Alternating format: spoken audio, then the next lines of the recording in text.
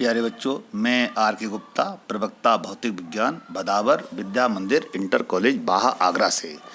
तो बच्चों, light unit का ये अगला चैप्टर है तरंग प्रकाशिकी तथा हाइगेंस का सिद्धांत। इस बार आप लोग इस वीडियो को स्क्रीन रिकॉर्डर के द्वारा आप लोग इसको देखेंगे और मुझे आशा है पूरी ईमानदारी के साथ इसको समझने का प्रयास भी करेंगे। तो बच्चों, ये जो चैप्टर है तरंग प्रकाशिकी तथा हाइगेंस सिद्धांत यानी wave nature of light and Huygens principle. तो सबसे पहले इसको पढ़ने से पहले प्रकाश के संबंध में हमें कुछ तथ्यों को जानना आवश्यक है। आखिर प्रकाश के ऐसे कौन कौन से तथ्य हैं, कुछ फैक्टर्स हैं, उनको जानना है। नंबर 1, प्रकाश सरल रेखा में चलता है। हमें पहले ही पता है प्रकाश का जो मोशन है वो स्ट्रेट लाइन होता है। नंबर 2, प्रकाश का संचरण यानी कि प्रकाश का चलना निर्वात में भी संभव है। सूर्य तथा तारों से प्रकाश निर्वात में से होकर पृथ्वी पर आता है। तीसरा पॉइंट है प्रकाश में परावर्तन, अपवर्तन, बड़ विक्षेपण, विवर्तन, व्यतिकरण तथा ध्रुवण होता है। तो प्रकाश के अंदर ये सारी घटनाएं होती हैं जिसमें से आप लोगों ने परावर्तन, अपवर्तन और बड़ विक्षेपण को अभी तक के अध्ययन में पूर्ण रूप से समझ लिया है। आगे आप विवर्तन, व्यतिकरण और ध्रुवण को भी समझेंगे। नंबर 4 है प्रकाश, चौथा फैक्ट समझिए। प्रकाश पदार्थ से इलेक्ट्रॉन उत्सर्जित कर सकता है। इसे आप लोग आगे पढ़ेंगे फिजिक्स के अंदर। उसमें बताया जाएगा आपको, जब उच्च आवृत्ति का प्रकाश किसी धातु पृष्ठ से टकराता है तो धातु से इलेक्ट्रॉन उत्सर्जित होने लगते हैं। इस घटना को प्रकाश वैद्युत प्रभाव कहते हैं। यानी प्रकाश वैद्युत प्रभाव में प्रकाश पदार्थ से इलेक्ट्रॉन उत्सर्जित कर सकता है। तो ये प्रकाश के संबंध में कुछ तथ्य थे जिनको आपको इस चैप्टर को समझने के लिए जानना अति आवश्यक है। आगे बढ़ते हैं। सन 1676 में प्रतिपादित न्यूटन के कणिका सिद्धांत में प्रकाश को अत्यंत सूक्ष्म कणों, जिन्हें कणिकाएं कहा गया, यानी ये प्रकाश के छोटे छोटे कण हैं, उन्हीं को कणिकाओं को बोलते हैं अंग्रेजी में कॉर्पुस्कुल कहते हैं। और प्रकाश को इन्हीं कणिकाओं के रूप में चलता हुआ माना गया। ऐसा न्यूटन ने अपने सिद्धांत के द्वारा एक्सप्लेन किया था। और चूँकि अब ये न्यूटन का कणिका सिद्धांत अपने ईपी बोर्ड में नहीं है, केवल शॉर्टकट में इसका डिटेल है जिसे मैं आप सबके बीच रख रहा हूँ। तो न्यूटन के कणिका सिद्धांत के आधार पर प्रकाश का सरल रेखीय गमन, प्रकाश का परावर्तन, प्रकाश का अपवर्तन, प्रकाश का बड़ विक्षेपण गुणों की सफल व्याख्या दी गई। किंतु इस न्यूटन के कणिका सिद्धांत से व्यतिकरण, विवर्तन, ध्रुवण की व्याख्या संभव नहीं हो पाई। तो यहाँ एक क्वेश्चन बन जाता है कि न्यूटन के कणिका सिद्धांत से प्रकाश के कौन कौन से तथ्यों को एक्सप्लेन नहीं किया जा सका। तो आप बताएंगे व्यतिकरण, विवर्तन और ध्रुवण। इसके 2 साल बाद यानी 1678 में हाइगेन ने तरंग सिद्धांत प्रतिपादित किया, जिसके अनुसार प्रकाश तरंगों के रूप में संचरित होता है। यानी प्रकाश का जो संचरण है वो वेव फॉर्म यानी तरंग के रूप में होता है। ऐसा हाइगेंस ने अपने तरंग सिद्धांत में एक्सप्लेन किया। आगे हम इस चैप्टर में हाइगेंस सिद्धांत को बहुत विस्तार से समझेंगे। तो अब इस चैप्टर को पढ़ने के लिए सबसे महत्वपूर्ण टॉपिक और आ गया है तरंगाग्र यानी वेव फ्रंट। आखिर ये तरंगाग्र किसे कहते हैं? तो बच्चों, माध्यम में खींचा गया वह काल्पनिक पृष्ठ जिसमें स्थित सभी कण कंपन की समान कला में सेम फेज में हों, ऐसे पृष्ठ को तरंगाग्र कहते हैं। अब यहाँ पे पॉइंट बन जाता है ये समान कला क्या होता है। समान कला का मतलब होता है जो वाइब्रेशन है, जो कंपन है वो एक सा हो, यानी कि कंपन जितना सारे के सारे मीडियम के पार्टिकल एक साथ राइट जाए, एक साथ लेफ्ट जाए, इसे कहते हैं समान कला। ठीक है। तो जब सारे पार्टिकल मीडियम के सारे कण कंपन की समान कला में होंगे तब उसे कहते हैं, तब उसे सेम फेज कहते हैं समान कला में। ऐसे पृष्ठ को तरंगाग्र कहते हैं। इसका मतलब हो गया मीडियम में एक ऐसा पृष्ठ जिसमें प्रत्येक कण कंपन की समान कला में हो, ऐसे काल्पनिक पृष्ठ को तरंगाग्र कहते हैं। ठीक है बच्चों, तो तरंगाग्र को समझना अति आवश्यक है। आप कुछ पॉइंट के द्वारा इसको समझाने का प्रयास करते हैं। समांग माध्यम में किसी तरंग का तरंगाग्र तरंग के संचरण की दिशा के लंबवत होता है। समांग माध्यम का मतलब होता है एक सा मीडियम हो, उसमें किसी और पदार्थ की इसमें मिक्सिंग नहीं हो रही हो। समांग का मतलब एक सा मीडियम हो। ठीक है, आगे बढ़ते हैं। तरंगाग्र के लंबवत खींची गई रेखा तरंग के संचरण की दिशा को प्रदर्शित करती है। इसका मतलब हो गया तरंग के संचरण की दिशा और तरंगाग्र दोनों परस्पर कैसे होते हैं, लंबवत होते हैं। ओके, आगे बढ़ते हैं। तरंगाग्र है ना, वो मुख्य रूप से 3 प्रकार के होते हैं। नंबर 1 समतल तरंगाग्र। यदि तरंग किसी माध्यम में केवल एक दिशा में संचरित हो, तब किसी क्षण इस दिशा के लंबवत खींचे गए पृष्ठ को समतल तरंगाग्र कहते हैं। जैसा कि चित्र में आप देख रहे हैं, ये तरंग है जिसमें एरो लगा हुआ है। उस तरंग के परपेंडिकुलर जो पृष्ठ दिखाई पड़ रहे हैं आपको, उसे कहते हैं समतल तरंगाग्र। ठीक है, तो यहाँ पर आप लोग देख रहे हैं ये समतल तरंगाग्र हो जाता है। तो बच्चों, मैं आगे बढ़ रहा था कि यहाँ आपने देख लिया समतल तरंगाग्र। तो इसके बाद है गोलीय तरंगाग्र। गोलीय तरंगाग्र किसे कहते हैं? यदि माध्यम में तरंगें एक बिंदु स्रोत से उत्पन्न हों, तब वे तरंगें सभी दिशाओं में संचरित होती हैं। बिंदु स्रोत वह स्रोत होता है जिससे तरंगें चारों दिशाओं में संचरित होती हैं, चारों दिशाओं में फैलती हैं। पेज नंबर 2 पे पहुंचते हैं। बिंदु स्रोत को केंद्र मानकर उसके चारों ओर खींचे गए गोलीय पृष्ठ को गोलीय तरंगाग्र कहते हैं। तो जैसे कि आप देख रहे हैं, ये बिंदु स्रोत है जिसके चारों तरफ किरणें निकल रही हैं, और हमने कोई राइट साइड में किरणें दिखाई जिसमें एरो लगा हुआ है। उसके परपेंडिकुलर जो पृष्ठ हैं उसे बोलेंगे गोलीय तरंगाग्र। ठीक है, तो आप समझ रहे हैं इसको। हाँ, तो आगे लेते हैं। तो बच्चों, आप देख रहे हैं, अब हमने कुछ पॉइंट देते हैं। अर्थात तरंग स्रोत बिंदु स्रोत होने पर तरंगाग्र कैसा होगा? गोलीय होगा। यदि तरंग स्रोत रेखीय है, तब तरंगाग्र कैसा होगा? बेलनाकार। तो आपने देख लिया 3 प्रकार के तरंगाग्र हमने समझ लिए हैं। एक समतल तरंगाग्र, एक गोलीय तरंगाग्र और एक कैसा? बेलनाकार तरंगाग्र। ठीक है, तो हमें तीनों को समझना है। किस कंडीशन में समतल तरंगाग्र प्राप्त होता है और कब गोलीय तरंगाग्र प्राप्त होता है। जब बिंदु स्रोत होगा तो उसके चारों ओर एक गोलीय तरंगाग्र पैदा होगा, और अगर तरंग स्रोत कैसा? रेखीय है, लीनियर है, तब तरंगाग्र कैसा होगा? बेलनाकार होगा। आगे बढ़ते हैं, कुछ पॉइंट्स हैं। एक समतल तरंगाग्र, ठीक ध्यान समझना, एक समतल तरंगाग्र उत्तल ऑब्लिक अवतल लिखा है। इसका मतलब बताता हूँ, पहले उत्तल को लीजिए फिर अवतल लेंगे। एक समतल तरंगाग्र उत्तल लेंस पर आपतित होता है, तब लेंस से निर्गत अपवर्तित तरंगाग्र अभिसारीय गोलीय तरंगाग्र होगा। ठीक, जब दूसरे पॉइंट पे आते हैं, उसी में ही एक समतल तरंगाग्र अवतल लेंस पर आपतित होता है, तब लेंस से निर्गत अपवर्तित तरंगाग्र अपसारी गोलीय तरंगाग्र होगा। यहाँ आपको समझना है, उत्तल लेंस पर अगर आपतित होता है, उत्तल का मतलब अभिसारी और अवतल का मतलब अपसारी। उत्तल लेंस पर अगर आपतित होता है तब उसका तरंगाग्र अभिसारी गोलीय तरंगाग्र, और अवतल पे होता है तो अपसारी गोलीय तरंगाग्र होगा। अगला पॉइंट, तरंगाग्र के लंबवत रेखा, पहले पढ़ चुके हैं। तरंगाग्र के लंबवत रेखा तरंग संचरण की दिशा को प्रदर्शित करती है। इसका मतलब हम उल्टी तरफ से कह सकते हैं, तरंग संचरण की दिशा के लंबवत क्या होता है? तरंगाग्र होता है। तो यहाँ पढ़ने के बाद अब हम लोग बड़ा इंपॉर्टेंट टॉपिक पे आते हैं, हाइगेंस का द्वितीयक तरंगिकाओं का सिद्धांत। Huygens principle of secondary wavelets. Huygens ने एक सर्वव्यापी काल्पनिक माध्यम ईथर में तरंगों के संचरण के संबंध में एक सिद्धांत प्रतिपादित किया, जिसे हाइगेंस का द्वितीयक तरंगिकाओं का सिद्धांत कहते हैं। ठीक है बेटा, अब जैसे कि द्वितीय तरंगिकाओं का टॉपिक आ गया, अभी हम समझाते हैं इसके अंदर।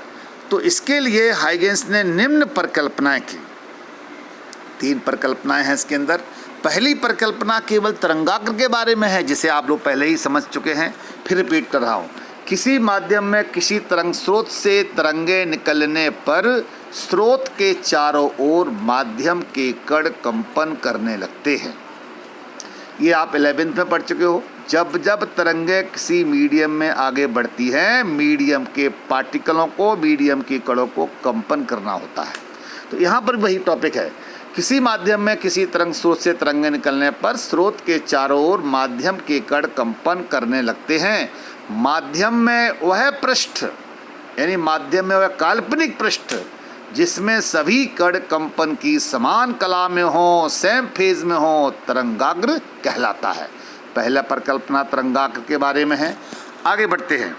जो तरंगाग्र को हमने समझ लिया है, तरंगाग्र पर स्थित प्रत्येक कण एक नए तरंग स्रोत का कार्य करता है, जिससे जब स्रोत बनेगा तो तरंगें निकलेंगी, जिससे नई तरंगें सभी दिशाओं में निकलती हैं, जिन्हें द्वितीयक तरंगिकाएं कहते हैं। तो यहाँ आपने समझ लिया है कि तरंगाग्र पर स्थित प्रत्येक कण एक नए तरंग स्रोत का काम करता है, जिससे जो तरंगें निकलती हैं उन्हीं का नाम है द्वितीयक तरंगिकाएं। सेकेंडरी वेवलेट्स कहते हैं, जो कि माध्यम में प्राथमिक तरंग की चाल से चलती हैं। 2 पॉइंट बहुत आसानी से समझ सकते हो। अब अंतिम पॉइंट पे आते हैं। यदि किसी क्षण आगे बढ़ती हुई इन द्वितीयक तरंगिकाओं का अनुबालोप, देखिए एनवलप का मतलब बता दूं, जैसे चित्र में आप देख रहे हैं, एस क्या है? बिंदु स्रोत। बिंदु स्रोत होगा तो उससे तरंगें कहाँ निकलेंगी? चारों दिशाओं में निकलेंगी। हमने चारों दिशाओं में समझ सकते हैं। आगे जो तरंग आगे आ रही है, जो आप ए बी वाले पॉइंट को देखें, ए बी वाले पॉइंट को, ए बी वाले पॉइंट को हमने भिन्न भिन्न बिंदु दिए दिखाए हैं। यहाँ हमने एक गोले बनाए, समान त्रिज्या के गोले खींच लिए। गोले खींचने के बाद जो आगे वाला पृष्ठ है, आगे वाला सरफेस है ए डैश बी डैश, ये ए डैश बी डैश क्या गोले के पृष्ठ को स्पर्श करता हुआ पृष्ठ है। स्पर्श करते पृष्ठ का ही दूसरा नाम अनुबालोप है, एनवलप कहते हैं। तो जो ए डैश बी डैश है, ये तरंगाग्र की अगली स्थिति है। तो आप थोड़ी देर समझते हैं। अनुबालोप अर्थात इन्हें स्पर्श करते हुए पृष्ठ खींचे तो यह अनुबालोप उस क्षण तरंगाग्र की नई स्थिति को प्रदर्शित करता है। जैसे कि आप चित्र में देख रहे हैं, ए डैश बी डैश ये तरंगाग्र की अगली पोजीशन है, और पीछे का जो पृष्ठ है A double dash B double dash, ये तरंगाग्र की पिछली पोजीशन है, और ए बी क्या है? वर्तमान पोजीशन है। अब ये तरंगाग्र, अभी तो गोली तरंगाग्र था, तो ध्यान रखें गोली तरंगाग्र है।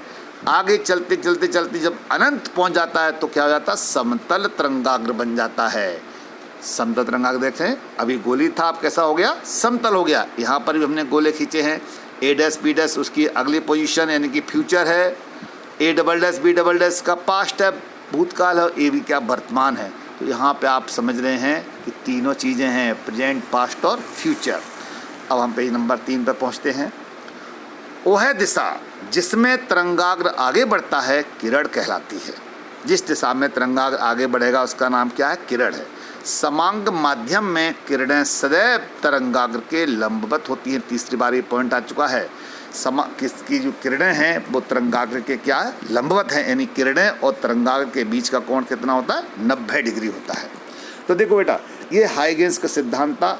जब भी कोई सिद्धांत बनता है तो उसकी कुछ सफलताएं भी होती हैं, विफलताएं भी होती हैं। तो चर्चा करते हैं हाइगेंस के सिद्धांत की सफलताएं। हाइगेंस के तरंग सिद्धांत से प्रकाश के परावर्तन अपवर्तन के नियमों की सफल व्याख्या की जा सकी। तो हाइगेंस के सिद्धांत ने परावर्तन अपवर्तन को समझा दिया। इस सिद्धांत से व्यतिकरण और विवर्तन की भी व्याख्या की गई। यानी हाइगेंस के सिद्धांत से परावर्तन अपवर्तन व्यतिकरण विवर्तन तीनों की चारों की व्याख्या कर दी गई। लेकिन अब इसमें भी कुछ विफलताएं हैं। हाइगेंस के तरंग सिद्धांत की विफलताएं यानी कि उसके डीमेरिट्स क्या क्या है। इस सिद्धांत में जो हाइगेंस साहब ने उन्होंने क्या माना, प्रकाश को अंधे तरंगे माना, जिस कारण प्रकाश के ध्रुवण की व्याख्या नहीं की जा सकी। भाई पहले उन्होंने उसको अंधे तरंगे माना और अंधे तरंगों में कभी ध्रुवण की घटना नहीं होती। ध्रुवण आगे पढ़ेंगे, पूरा चैप्टर है आने वाला है। तो अब बाद में प्रकाश को अनुप्रस्थ तरंग मान करके ध्रुवण की सफल व्याख्या की गई। इस सिद्धांत से प्रकाश वैद्युत प्रभाव की व्याख्या नहीं की जा सकी, यानी हाइगेंस सिद्धांत से प्रकाश वैद्युत प्रभाव को एक्सप्लेन नहीं किया जा सका। वैज्ञानिक माइकलसन मोरले ने अपने एक्सपेरिमेंट से काल्पनिक माध्यम ईथर की उपस्थिति को सही नहीं माना। ये 3 इसकी विफलताएं हैं। इसके बाद कुछ पॉइंट लेते हैं। अभी एक पॉइंट लिया था उसी से संबंधित है। एक समतल तरंगाग्र प्रिज्म पर आपतित होता है। पहले हमने उत्तल लेंस पे आपतित किया था, अवतल पे आपतित किया था, किस पे, तीसरा नंबर प्रिज्म पर। तब प्रिज्म से निर्गत अपवर्तित तरंगाग्र समतल तरंगाग्र होगा। यहाँ क्वेश्चन बनते हैं कि अगर समतल तरंगाग्र प्रिज्म पर आपतित होता है तो प्रिज्म से निर्गत अपवर्तित तरंगाग्र कैसा होगा, तो आपको जवाब देना समतल तरंगाग्र होगा। एक समतल तरंगाग्र समतल परावर्तक तल है अथवा समतल अपवर्तक तल पर आपतित होता है, इसको अगले टॉपिक में आने वाला है। तब उस तल से निर्गत परावर्तित अथवा अपवर्तित तरंगाग्र समतल तरंगाग्र होगा। इसे अभी हम डिटेल में समझाएंगे।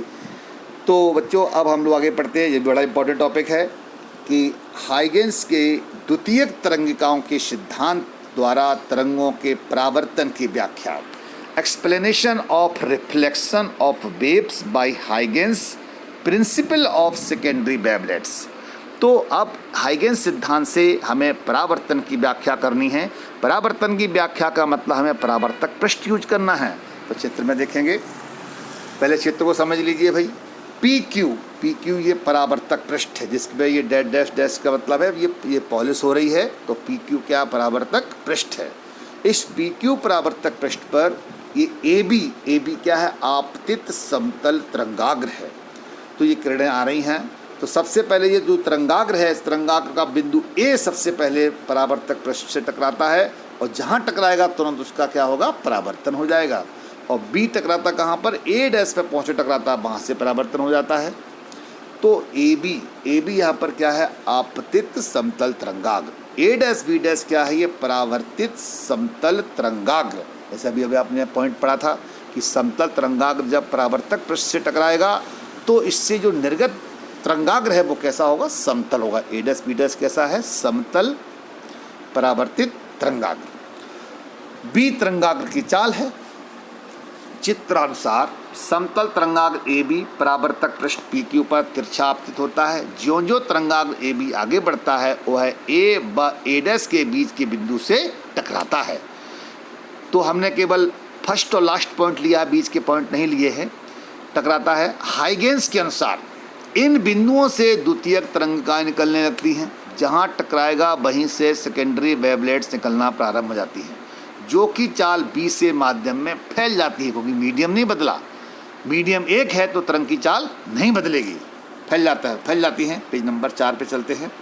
स्पष्ट है, आप देखें BA डैश बराबर AB डैश। पीछे चित्र में देखते हैं। BA डैश मतलब B से A डैश तक की दूरी बराबर होता है चाल गुणा समय। यहाँ एक बात ध्यान दीजिएगा, जितना समय तरंग को B से A डैश तक लगता है उतना ही समय A से B डैश तक लगता है। ये समय बराबर है। और अब आपके दूरी देखें, BA डैश दूरी बराबर होता है चाल गुणा समय। चाल तरंगाग्र की B है और B से A डैश तक समय T है, तो BA डैश बराबर कितना, BT। इसी प्रकार से AB डैश दूरी बराबर चाल गुणा समय, चाल B है, समय कितना, T है। दोनों का समय बराबर लगता है। तो हम यहाँ कह सकते हैं BA डैश बराबर AB डैश बराबर BT। यहाँ स्पष्ट किया गया है।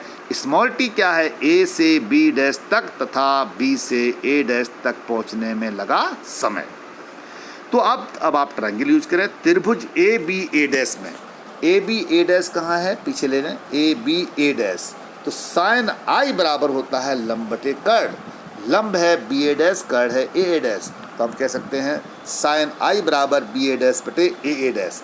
इसी प्रकार त्रिभुज A B dash A dash, यहाँ देखिएगा A B dash A dash, तो A B dash A dash में sine R, A dash plus R angle बनना है। साइन आर बराबर लंब, लंब कितना ए बी डैश और कर्ण कितना ए ए डैश, तो हम कह सकते हैं चित्र से देख करके साइन आर बराबर ए बी डैश बटे ए ए डैश। यहाँ पर आप देखें समीकरण नंबर सेकंड बन गया। फर्स्ट और सेकंड को डिवाइड किया, डिवाइड करते ही ए ए डैश कट गया, क्या बचा बी ए डैश बटे ए बी डैश। चूँकि आप पहले पढ़ चुके हैं, स्पष्ट लिखा हुआ है B A dash B T है और ए बी डैश भी बी टी है, दोनों कट गया। साइन आई बटे साइन आर बराबर कितना 1, तो हम कह सकते हैं साइन आई बराबर साइन आर। तो आई और आर आपस में कैसे हो गए, बराबर हो गए। ठीक है, तो जब इसका मतलब है आपतन कोण परावर्तन कोण के बराबर हो गया। यही परावर्तन का द्वितीय नियम है। और आप चित्र में देख रहे हैं आपतित किरण, परावर्तित किरण, आपतन बिंदु पर अवलंब, आपतन अवलंब तीनों एक ही तल में है। यह परावर्तन का प्रथम नियम है। इस प्रकार से हाइगेंस के तरंग सिद्धांत से परावर्तन के दोनों नियमों की व्याख्या हुई है। अर्थात हाइगेंस के सिद्धांत से हमने परावर्तन की पूर्ण सफल व्याख्या कर ली है। तो जब परावर्तन की व्याख्या करनी हो तो आपको परावर्तन के नियमों को एक्सप्लेन करना पड़ेगा, और जब अपवर्तन के नियम की व्याख्या करनी हो तो अपवर्तन के नियमों की व्याख्या करनी होगी। तो अब इस चैप्टर का लास्ट टॉपिक है हाइगेंस के द्वितीयक तरंगाओं के सिद्धांत द्वारा तरंगों के अपवर्तन की व्याख्या। ये दोनों व्याख्या बहुत इंपॉर्टेंट हैं। 3 टॉपिक, एक हाइगेंस का तरंग सिद्धांत, दूसरा है हाइगेंस सिद्धांत से परावर्तन की व्याख्या, नंबर 3 हाइगेंस सिद्धांत से अपवर्तन की व्याख्या। तीनों बहुत बहुत इंपॉर्टेंट है बच्चों। इसको आप लोग लिख लिख करके, रफ कॉपी पर लिख लिख करके समझने का प्रयास करना। अगर आपने बिना देखे लिख लिया तो समझ लो आपने तीनों को अपनी मुट्ठी में कवर कर लिया है। तो बहादुर बच्चों, अब आगे देखते हैं। अब जो चित्र देख रहे हैं, अब ये क्या है, पी क्यू अपवर्तक पृष्ठ है। ये परावर्तक नहीं है क्योंकि पीछे पॉलिश नहीं हो रही है, इसे अपवर्तक पृष्ठ बोलेंगे। और आप लोग लाइट में पूरा पढ़ चुके हैं, अपवर्तक पृष्ठ से सदैव क्या होता है, अपवर्तन होता है। तो ए बी पी क्यू अपवर्तक पृष्ठ है। जैसा कि पहले चित्र में था, ए बी क्या है, ये आपतित समतल तरंगाग्र है। तो जो तरंगाग्र ए बी है बिल्कुल सेम जैसे पहले पढ़ा था, ए पर टकराता है। ए पर टकराएगा तो क्या होगा, अपवर्तन होगा, किरण अपने आप रिफ्लेक्ट हो जाएगी। और बी वाला पॉइंट ए डैश पे टकराएगा तो वहाँ अपवर्तन हो जाएगा। तो ऊपर मीडियम फर्स्ट, नीचे मीडियम सेकेंड है। तो बच्चों, पहले आप लोग पढ़ चुके हो कि जब अपवर्तन की क्रिया होती है तो तरंग की चाल और तरंग दैर्घ्य बदल जाती है, किंतु आवृत्ति नहीं बदलती है। इसका मतलब फर्स्ट, मीडियम और सेकेंड दोनों में आवृत्ति कैसी रहेगी, सेम रहेगी। अतः B1 पहले माध्यम में तरंगाग्र की चाल, B2 दूसरे माध्यम में तरंगाग्र की चाल बदल जाती है, हाँ, लेकिन आवृत्ति नहीं बदलती है। AB आपतित तरंगाग्र है। स्मॉल टी क्या है, तरंगाग्र के बिंदु B को A डैश तक पहुंचने में लगा समय, वही समय तरंगाग्र के बिंदु A को B डैश तक पहुंचने में लगता है। ये दोनों समय कैसे हैं, बराबर हैं। यहाँ पर भी देखते हैं, जैसे पहले पढ़ा था कि तरंगाग्र ये बी ए डैश बराबर कितना, B1T कैसे हो गया भाई, कि दूरी बराबर चाल गुणा समय। बी ए डैश चित्र में देखें, B A dash first medium में है, तो फर्स्ट मीडियम में चाल कितनी, B1 और समय कितना T, तो B1T। और ए बी डैश ये दूसरे मीडियम में है, दूसरे मीडियम में चाल कितनी, B2 और समय कितना T, तो B2T हो गया। अब आप दो ट्रायंगल यूज करते हैं तो ए डैश बी डैश क्या, अपवर्तित तरंगाग्र है। त्रिभुज ए बी ए डैश चित्र में देखें, A B A dash, okay. Sine i बराबर कितना, लंब बटे कर्ण, लंब कितना बी ए डैश, कर्ण कितना ए डैश। तो हम लिख सकते हैं साइन आई बराबर बी ए डैश बटे ए डैश, बी ए डैश का मान B1T। तो इस प्रकार से पहला इक्वेशन मिल गया, साइन आई बराबर B1T बटे ए डैश। अब इधर देखें, त्रिभुज ए डैश बी डैश चित्र में देखें, A dash B dash. Sine R बराबर लंब बटे कर्ण, लंब कितना ए बी डैश और कर्ण कितना ए डैश। ए बी डैश को हम पहले समझ चुके हैं B2T, तो साइन आर बराबर B2T बटे ए डैश। समीकरण नंबर सेकेंड प्राप्त हुआ। जैसे भी पहले किया था, डिवाइड किया था, फिर हमने डिवाइड किया साइन आई बटे साइन आर, तो आप सॉल्व करके देखें, टी से टी कट जाएगा, ए डैश कट जाएगा, b1 बटे b2। b1 क्या है? तरंगाग्र की पहले माध्यम में चाल, b2 क्या? तरंगाग्र की दूसरे माध्यम चाल। इसका जो अनुपात होगा वो क्या है? कांस्टेंट। यहाँ पर हाइगेंस सिद्धांत ने सिद्ध कर दिया कि साइन आई और साइन आर का अनुपात एक नियतांक होता है। यही स्नेल का अपवर्तन का नियम है। तो स्नेल ने भी यही बताया था, साइन आई बटे साइन आर बराबर कितना होता है? नियतांक। अब लेकिन स्नेल ने ये बताया था नियतांक 1n2। 1n2 का मतलब है दूसरे माध्यम का अपवर्तांक पहले माध्यम के सापेक्ष। लेकिन हाइगेंस ने यहाँ पे क्या बताया? साइन आई बटे साइन आर बराबर क्या? b1 बटे b2। इसका मतलब अपवर्तनांक 1n2 बराबर हो जाएगा b1 बटे b2। ओके, आगे देखते हैं। हाइगेंस ने अपने तरंग सिद्धांत से यह भी सिद्ध किया कि यह 1n2 दोनों माध्यमों में तरंगों की चाल के अनुपात के बराबर होता है। हाइगेंस तरंग सिद्धांत के अनुसार 1n2 बराबर b1 बटे b2। b1 क्या है? पहले माध्यम में प्रकाश चाल, b2 क्या? दूसरे माध्यम में प्रकाश की चाल।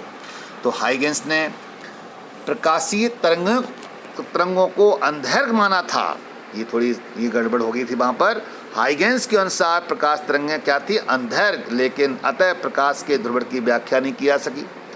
तो हाइगेंस आप प्रकाश के ध्रुवण की व्याख्या क्यों नहीं कर पाए? क्योंकि हाइगेंस ने प्रकाश तरंगों को अनुदैर्घ्य तरंगें माना, लेकिन वैज्ञानिक